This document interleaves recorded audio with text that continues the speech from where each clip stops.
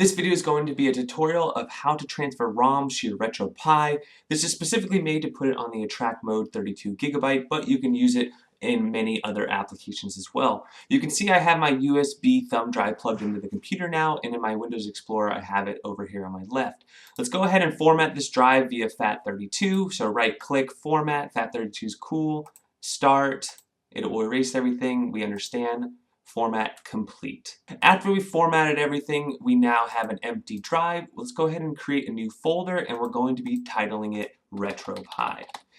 We are now going to remove the USB thumb drive from our computer and put it into the RetroPie. We boot up the RetroPie, and after about 2 to 3 minutes, it should copy over all the internals of the RetroPie into the thumb drive. So then once we have the internals, we will then be able to put the ROMs in the correct location. So as you see now, we have that same RetroPie folder, but now that we click into it, we actually have 3 new folders. This is because we created that folder, we plugged it into our Pi, we booted it up, and you just have to wait a few minutes and it will automatically generate these internals.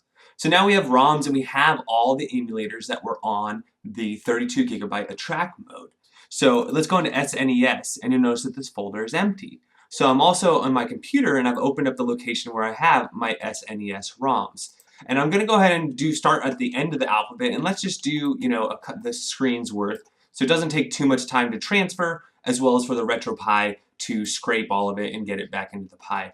So now it's on our USB drive in the correct folder. We're going to go ahead and exit out, and then go to our Pi, plug it in, and let it go ahead and upload those. Here is our Samsung USB.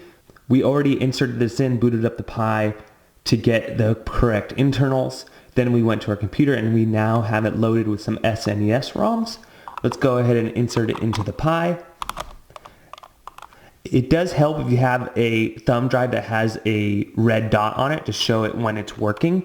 This one does not, so we're just going to give it some time. If you do have one with the indicator light, then once it stops blinking, you know that it is completed any kind of uploading or processing it need to do. So now let's go back to the menu. Because we need to go ahead and restart Emulation Station. So go ahead and press start on this screen, go ahead and click quit, and we're just going to go, no, I want to restart the Emulation Station only, and let's see if those ROMs showed up. So now in Super Nintendo, alright, 38 games is looking good. So we should have the bottom of the alphabet now. Excellent. Perfect. So as you can see, we were able to transfer from our thumb drive to the Pi. So this is a way you can do it without using any Wi-Fi. So if you don't have a Wi-Fi, or if maybe the Pi is just too far away from your Wi-Fi signal, this will give you another option to transfer games. Now remember that if you are going to be using attract mode, that you need to launch in attract mode and then scrape. So we're going to go ahead and scrape it though to get those new games in. So remember, we added some SNES games via the USB stick. We saw them in Emulation Station, but we need to add them to our SNES. So we're going to go ahead and generate a ROM list where it will go ahead and scrape those ROMs. And then we're going to go ahead and do an artwork scrape. But I have a feeling that we're not going to get any artwork because, again, the file names are probably not the same. But let's give it a shot. I mean, it's trying to look for them now. Let's see if we can get a few. Okay, so we finished scraping the artwork. Escape, escape, escape. Let's go back to the main menu. And now let's go into Super Nintendo. Let's see if those games we already know are going to be there. But let's see if any of the artwork worked. Oh, okay, cool. So this time a lot more artwork worked. Like see here, you can see for AD&D, Eye of the Beholder, it just shows a system because it didn't scrape the logo. And you can see for all the rest, they were actually able to get, so nothing for 2020, nothing for Zool, they got a... So they're able to get the JPEGs, but not all the logos and not any of the videos. Where for my Nintendo, I was able to get the videos to work because I made sure that the file names were the same, as you see with Mario Brothers here. Now I'm going to show you the down and dirty way to do the USB thumb drive, where you could just transfer the ROM straight onto the USB and then just do it through the RetroPie setup. Go to your RetroPie menu and you're going to go ahead and go to the File Manager. So that's not what I wanted to do. We're going to go ahead and go to the File Manager here. You should have your USB stick loaded with ROMs already and inserted into one of the 4 slots you have on your Raspberry Pi 3.